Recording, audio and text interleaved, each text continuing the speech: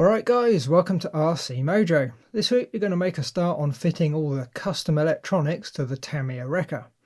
The electronics will need to manage a lot of extra lights. We've got all the orange lights on the sides to work out, as well as the extra spotlights on the cab.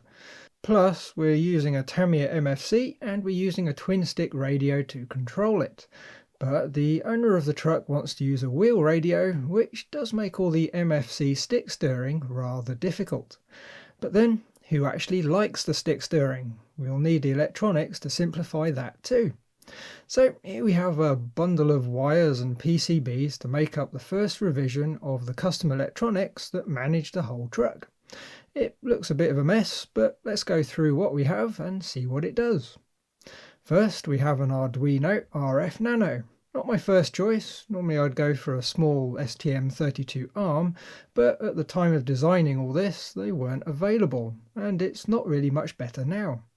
The RF Nano is essentially your classic Arduino with an 80 mega 328 that's connected to an NRF 24L01 radio that we're going to use to control all the functions from a wireless control panel. The Nano is plugged into a custom breakout board with connectors that go to all the other modules. First we have a radio link receiver. It's going to output the 6 channels from the wheel radio down one wire with a PPM stream to the Nano for processing. So that's steering, throttle and all the aux switches on the handset. Next we have a PPM expander. This will take the PPM stream in parallel with the Nano to connect the steering servo and shift servo, which will end up being powered by a separate BEC. Another custom board, this one adds 8 PWM servo channels, all generated by the Nano. The first 4 channels go to the MFC and pretend to be a twin stick radio. The MFC itself won't be directly connected to any of the servos. All its functions will be looked after by the firmware on the Nano. As well as the MFC, we'll also have the boom lift and the roof beacon, as well as the camera switch when we get to do the camera system. For power, we have a nice beefy BEC. This will give us a nice regulated voltage to run the electronics from, with enough current to run the large amount of extra LEDs. To hide it all away and add somewhere for the control panel, we have this plate that fits behind the doors on the truck. It's a black PCB with a 3D printed bit to mount 3 switches. On the back is another PCB that adds an OLED display for feedback and 2 buttons to set things up on the system. Then we have an MP3 player with a small amplifier. Now I'm not 100% sure if this is going to make the final cut, but it did seem like a fun idea. It takes a micro SD and will happily play back MP3s. The Nano can send commands to it to control which track is playing. The plan might be, on the wireless handset, you can play certain sound effects or perhaps even some music. It wouldn't be all that loud though, so in a noisy room I think it might get swamped. And of course, to make some sound it needs a speaker too. Lastly, we have the TI TLC5947 modules. Now the chip on these are rather neat. They can drive 24 LED channels with full brightness control with a constant current output. That means no resistors, as the chip itself will limit the current to roughly 17 milliamps as it's currently set up. We've got 3 modules adding up to 72 LED channels, which should be enough to be getting on with. There will be 1 module on the left, 1 on the right, and we'll have 1 in the cab. All the aux lights, work lights, spotlights will all be individually controlled, so we'll be able to set up some funky light shows. Today we're going to install the Nano on its breakout board, hook up the radio link receiver, MFC, servos and lift. At the time of recording the video I had only just more or less got the system working. It was a bit buggy here and there, but by the end of the video we have an MFC equipped wrecker running with a wheel radio. Right, to fit all these bits and bobs we're going to need access to the rear compartments, so I've removed the doors and the rear upper bodywork. Now the basic idea for mounting is for the Nano's breakout board to live in the large cupboard behind the faceplate. Obviously the shelf does get in the way a bit, so we're going to need to remove it. However, the shelf also houses a magnet that keeps the door shut. So after a few minutes designing and an hour or so of printing, we have a 3D printed replacement that has a cutout for the PCB. To mount it, we just offer it up and refit the 2 screws we removed from the standard shelf. Due to missing the memo on measuring twice, print once, the cutout is a bit small, so I'm going to be printing another one, but I'm sure you get the idea. Once the front panel goes on, it'll be nicely covered up and looking neat and tidy. But take the panel off and there's going to be good access to the wiring endpoints and the brains of the operation. The LED driver boards that run all the orange side lights are going to live in the gap between the middle box and the rear. There's just enough space for the PCB and something to mount it on. The wiring will need to go up over the top and down through a hole we're going to make in the top of the box. For the other side, we're going to run the wires all the way around the front so they're fully hidden. So we can get to all the RC connections, we're going to need to remove the cab. We'll need to hook up the servos and MFC to the appropriate places. Further back, we can swap out the shelf for the Mark II that now has enough space for the Nano breakout to live. Then we can fit the Nano to the truck. I've printed a couple of standoff blocks that will space it off from the back of the box with some flat areas so we can use some servo tape. All we need to do is clean everything up with some alcohol, stick some servo tape on the mounts and press it into its new home. Now if we remove the 4 screws, the breakout can be removed for access to the hole in the back of the box and for any tweaks we might need to make as things develop. Next we can connect the radio link receiver to the PPM in header, the PPM to PWM servo module to the PPM out header, the 8-channel servo breakout to the 4017 header and the front panel to the front panel header. We'll also need some power, which we haven't wired up yet, so I'm just going to use a USB lead and a power bank to run it for the time being. It'll only power the bits we just added and not the MFC, but it will be enough to get us going. On power up, it does a quick self-test to make sure all the bits are okay, then it's up and running, waiting for something to happen. If we flick the gear shift on the transmitter, which is just a 3-position toggle switch, it shows us which gear we're in. That shows us the receiver is working and we're currently reading the channels. Next we can hook up the MFC, which of course I didn't film. However, you can see the square board hanging just to the left of the MFC with the 4 MFC servo connections connected to it. This time we've got a 6-cell NiMi hooked up to the MFC to power it, and if we turn it on you get the usual MFC 03 startup sound.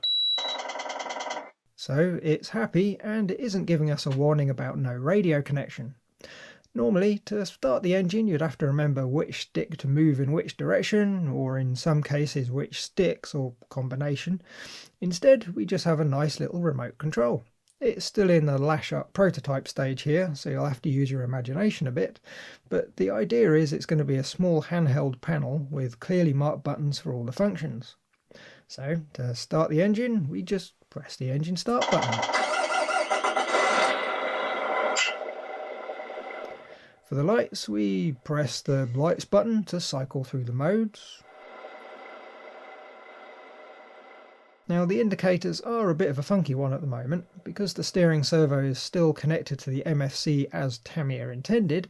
You can see the steering moves just the same as if someone was using the sticks on a normal setup. The difference here is it's the electronics that handle all the stick steering for you. On the RC transmitter, the throttle works just as you would expect. It's a little bit sensitive in reverse, but that's something we can fix later in the firmware. Now we know it works, we can plumb in some power. Now rather than just trail wires all over the place, I've made a nice little junction box with XT60 and XT30 connectors. We have the battery input, the MFC out, and 3 aux connectors for the Nano, boom lift and camera system. It means if we ever need to remove or disconnect any of the parts, we can just pull its plug. Also for the battery connector, which is currently a Tamiya, if we ever want to change it, it's just a case of swapping the lead. For now, we'll just connect the battery, MFC and the BEC to run the Nano. The box is going to fit between the box parts right at the front. When the cab goes back on, along with the rear bodywork, it's more or less fully covered, so you're never going to know it's there. It's held in with 2 fairly long M3 screws that attach it to the sides, and they also pin the box and the connector plate so they can't fall apart. So now with the battery connected and the BEC plugged into the Nano breakout, we can flip the switch and see if it all powers up. And yep, we've got power lights, and you can see the self-test going on the OLED. No more power bank. We can turn on the MFC next, and we don't get any warning beeps, so it's quite happy too.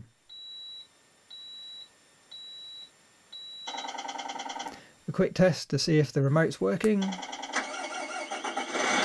And yep, all seems good to go. Now we know the power system's okay, we can route the wires somewhere vaguely sensible. For now, we'll just run them through the big hole in the back of the box and along the chassis. A couple of zip ties might be a good idea too, just to keep it away from any of the spinning bits. So we don't have quite so much wiring hanging free. We're going to fit the Beck switch to the front panel. There's just the two small screws. We remove them along with a little on-off panel, then refit after passing the switch through the mount. Then we can pop the panel back into the box and give it a quick test. It's a bit wobbly. There's some screws to mount the panel, but we need to fit some posts for them to screw into first. But I've not made them yet. Either way, for now, it does look a bit neater. Okay, back to the front, and I've connected the light bar and boom lift to the servo outboard. These won't be controlled by the RC transmitter, but solely from the remote panel. Also, I've moved the steering and shift servo from the MFC to the PPM to PWM module. That means the steering is now independent from the MFC, so the indicators won't flick the steering when we activate them. Also, when we get to it, we'll be able to run the servos from a separate Beck, as the MFC's Beck is a bit weak for the high power steering servo. Okay, last bit for today. We've connected up the signal cable from the boom lift, but it still needs power. Currently it has a Tamiya connector on the end, which is connected via a Y lead, which works, but it is a bit messy. Instead, we're going to swap out the Tamiya connector for an XT30 to connect it to the power box, like so.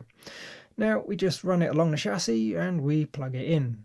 It'll end up getting rewired again at some point, so it can be turned on and off from the panel on the other side, but this will do the job for now. If we plug a battery in, the lift will power straight up, and we can use the override switch Tamiya provide to test it. Okay, that works. With everything else powered up, we can try it with the remote too. We just have two buttons, one for up, one for down. Simple.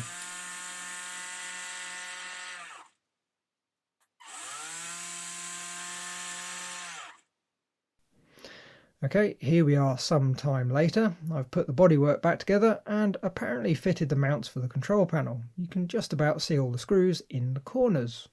Looks like I didn't record that, but it's literally just 4 plastic blocks, one per corner, with a hole in the middle for the screws. So after all that, what we have is a Tamiya wrecker with an MFC 03 that can be driven with a wheel radio, and the accessories can be controlled with a separate remote. There's a vast amount of electronics work still to do yet, but for now it's a running truck.